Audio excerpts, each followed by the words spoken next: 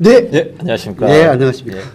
김주엽 위원장님하고 예. 오늘은 이제 우리가 전에는 이제 국경일이라고 해가지고 예, 좀 예. 많이 쉬던 날이었는데 예. 뭐 쉬지 않는 날. 예. 그렇죠. 예, 제헌절인데요. 예, 예. 오늘은 이제 헌법에 대해서 어떻게 이제 헌법이 개정돼야 된다라고 하는 주장들이 대통령 선거 기간 동안에 많지 않았습니까? 그렇죠. 네, 그 전에도 많았고요.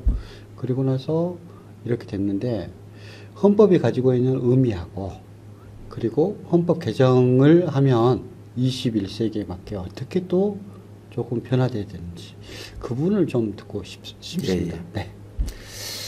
일단 헌법 그러면 일반 국민들이 별로 이렇게 관심사가 아닌 경우가 많습니다. 예.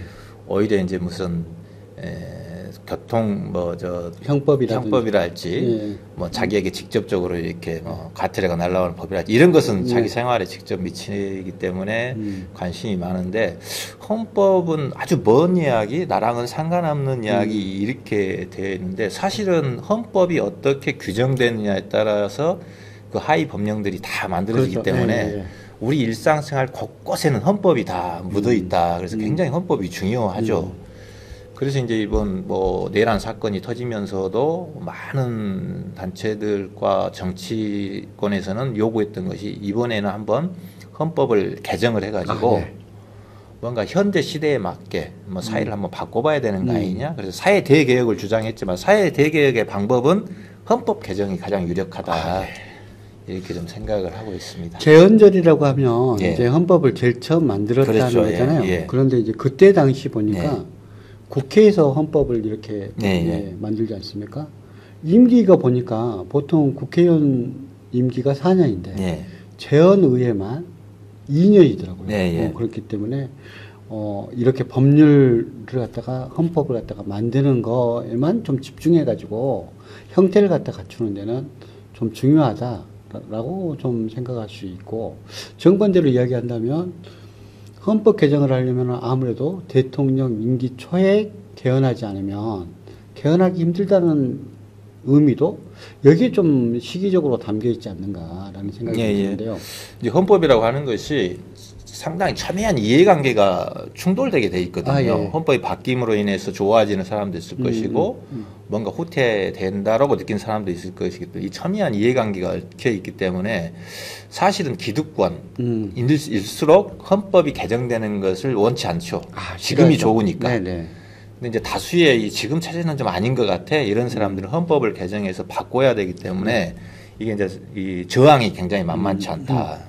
그렇기 때문에 집권 초기에 힘이 있을 때 그리고 국민들이 내란 이후에 뭔가 개혁을 해주세요라고 원하고 있을 때 이럴 때 바꿔야 힘 있게 좀 바꿀 수 있고 또 내용도 사실은 이제 좀 내실 있게 바꿀 수 있기 때문에 이제 이재명 아쉬웠던 거는 이재명 대통령께서 자기 공약으로 내년 6월 지방선거 때 함께 개헌을 하겠다라고 발표를 해주시길 굉장히 바랬는데 지금은 이제 내 임기 내에 하겠다 이렇게 돼 있는 거란 말이에요. 근데 저는 2년이 넘어가져 버리면 사실상 동력이 좀 떨어지지 않을까 이런 걱정이 좀 있습니다. 그러니까 이제 대통령 임기가 2년 내에 하지 않으면 2년 내에 하는 것은 자기 주도적으로 이렇게 하는 거고 2년이 지나가서도 못하는 것은 사실은 대통령의 사실 인기가 많이 떨어지게 되면 그걸 갖다가 전국 전환에 어떤 수단이라든지 이런 걸로 개헌하겠다 뭐 이렇게 풍기기만 하면서 시간을 갖다가 이렇게 계속적으로 자기 임기에 대해서 동력이 떨어지는 걸 막기 위한 또 관심사를 딴 데로 돌리기 위한 수단으로만 사용되다가 끝나버리지 않겠습니까? 그러기도 하고 또 하나는 이제 힘이 없기 때문에 당초 하려고 했던 것보다는 많이 후퇴된 적당한 절충형의 헌법이 될 가능성이 많고요. 그래서 이제 저희가 계속 주장해 왔던 거는 국민 참여형 개정 할 수 있는 절차 법을 만들자. 지금 이제 헌법 개정은 대통령이 발의하거나 아니면 국회에서 발의하는 두 종류밖에 없거든요. 발의를 해서 통과가 되면 국민투표로 하는 건데 국민이 직접 발의할 수 있도록 하자. 하나의 개정 절차를 네네. 국민들이 내용도 정하고 이렇게 해서 발의하면 그걸 헌법 네. 개정이 안 되더라도 그 법은 만들 수 있는 거예요. 그럼요, 만들 수 있죠. 그렇습니까? 네.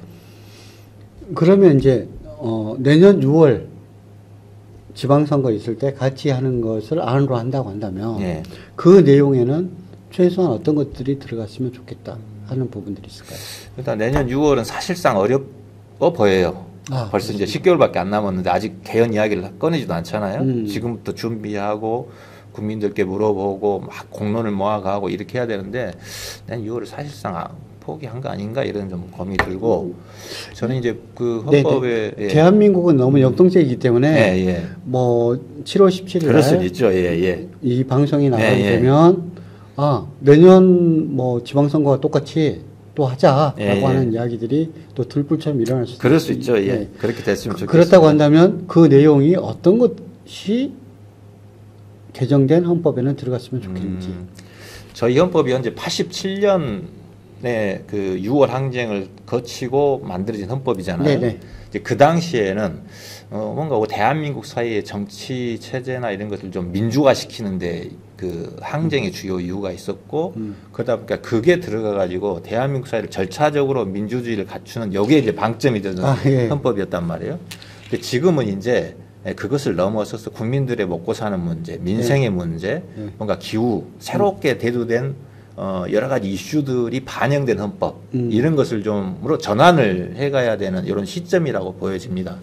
그래서 이제 이번 헌법에는 여러 가지 이제 각 분야별로 노동, 농민, 뭐 청년, 학생, 자영업자들 이분들의 삶이 보장될 수 있는 근거가 될 수 있는 이런 것들. 그다음에 이제 새롭게 제기되는 이슈들이 많잖아요. 기후, 생태, 뭐 생명권, 뭐 동물권 등등 시대가 변하면서 이런 것들이 뭔가 좀 권리로서 지켜질 수 있는 이런 법들이 좀 굉장히 많이 그 헌법 내용이 들어가야 뭔가 새로운 시대에 맞는 이런 대한민국 체제가 될 수 있지 않겠냐 이렇게 생각을 하고 있습니다.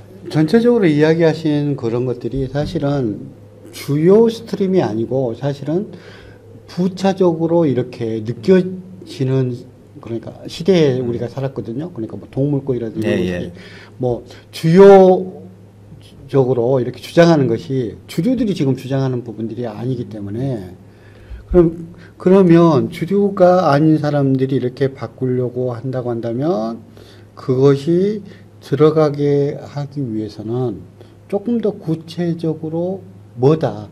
이것은 꼭 들어가야 된다. 이런 방식으로 들어가야 된다 하는 부분들이 있을 것 같은데요. 예를 들면 농민들 문제 들 수 있죠. 87년 개헌을 하면서 그때는 이제 대통령을 우리 손으로 직접 뽑게 해달라 이것이 핵심이었고 그때 당시 들어갔던 것이 최저임금이었어요. 노동자들의 요구를 받아가지고 그래서 부족하지만 어쨌든 최저임금을 좀 매일 정해가지고 조금씩이라도 올리고 있는데 아마 그게 없었으면 지금 노동자들이 최저임금 못 받는 것이 태반이었을 거예요. 법 위반도 아니에요. 근데 이제 농민들이 우리도 최저 농산물 가격제 요거를 좀 헌법에 담자 이렇게 하는 건데 지금 뭐 밥 한 공기가 300원이 안 된다는 거잖아요. 그게 근데 20년 전에도 그랬다는 거고 그러니까 농민들 요구가 밥 한 공기에 3,000원 아니 300원을 하게 해달라 이런 거예요. 이런 걸로 보면 이번 헌법에 이제 뭐 다양한 게 있겠지만 예를 들면 대표적으로 농민헌법 농민들의 요구가 들어가는 게 농산물 최저 가격을 보장해야 된다. 국가는 보장해야 된다. 이 한 조항이 들어가게 되면 그 밑에 하위 법령에서 농산물의 최저 가격을 보장할 수 있는 법들이 만들어지게 돼 있죠. 그래서 이런 것들이 이제 들어가야 민생이 실제로 도움이 되고 뭐 자영업자에 대해서도 마찬가지겠죠.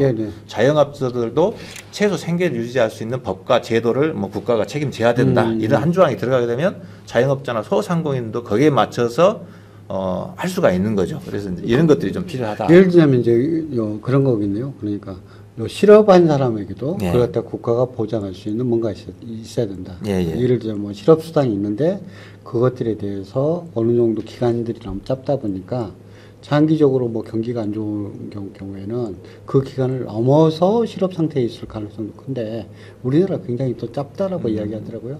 뭐 그런 식으로 하는 내용들이 다 사실은 헌법 개정이 돼야 되는 부분들이 있다. 아, 예, 그 상태로 보시는 거죠. 저희가 처음 만들었던 재헌 헌법이 네. 예, 지금 87년 헌법보다는 훨씬 더 진보적이고 좋습니까? 좋습니다. 아, 예. 몇 가지 사항을 보면 그 경제 질서에 대한 게 규정이 되어 있는데 그때 당시만 해도 대한민국의 경제는 지역 균형 발전과 구성원들이 먹고 사는 것을 책임지기 위해서 경제를 하는 것이고 그 경제 주체들의 자유는 여기에 복무하는 한에서만 허용이 된다 이렇게 돼 있어요. 이제 네. 요 헌법 개정에서 그러면 이제 관심 딱 그 이야기를 들으니까 하는 것이 관습 헌법에 의해 가지고 수도는 서울이다 옮기지 못한다라고 한다고 한다면 그건 헌법 개정이 돼야 된다라고 하더라고요. 네, 예. 그거하고 관계없이 지역 균형 발전이라든지 국가 발전을 위해 가지고 서울은 옮길 수 있다라는 것도 헌법의 개정 사항으로 들어가야 되는 건가요? 뭐 그것도 들어가면 좋겠죠. 네네. 뭐 저는 이제 관습헌법이라 해서 한 것 그 판결 자체에 대해서 동의하지는 않는데 네네. 뭐 판결이 판결을 했기 때문에 네네네. 필요하면은 서울을 뭐 정책적으로 판단할 수 있도록 하는 것도 필요하겠죠. 아, 네. 그거 말고도 엄청 많으실 것 같은데요. 예, 예, 많습니다. 예, 예. 헌법적으로 뭐 네. 조항이 100몇 개 되기 때문에. 그러면 7월 17일 날 또 예, 예. 우리가 그러시죠. 예. 또 시간을 잡아가지고 한 번 더 이렇게 예, 알겠습니다. 그 내용을 확실하게 하는 것이 필요할 것 같습니다. 네, 감사합니다. 예, 고맙습니다.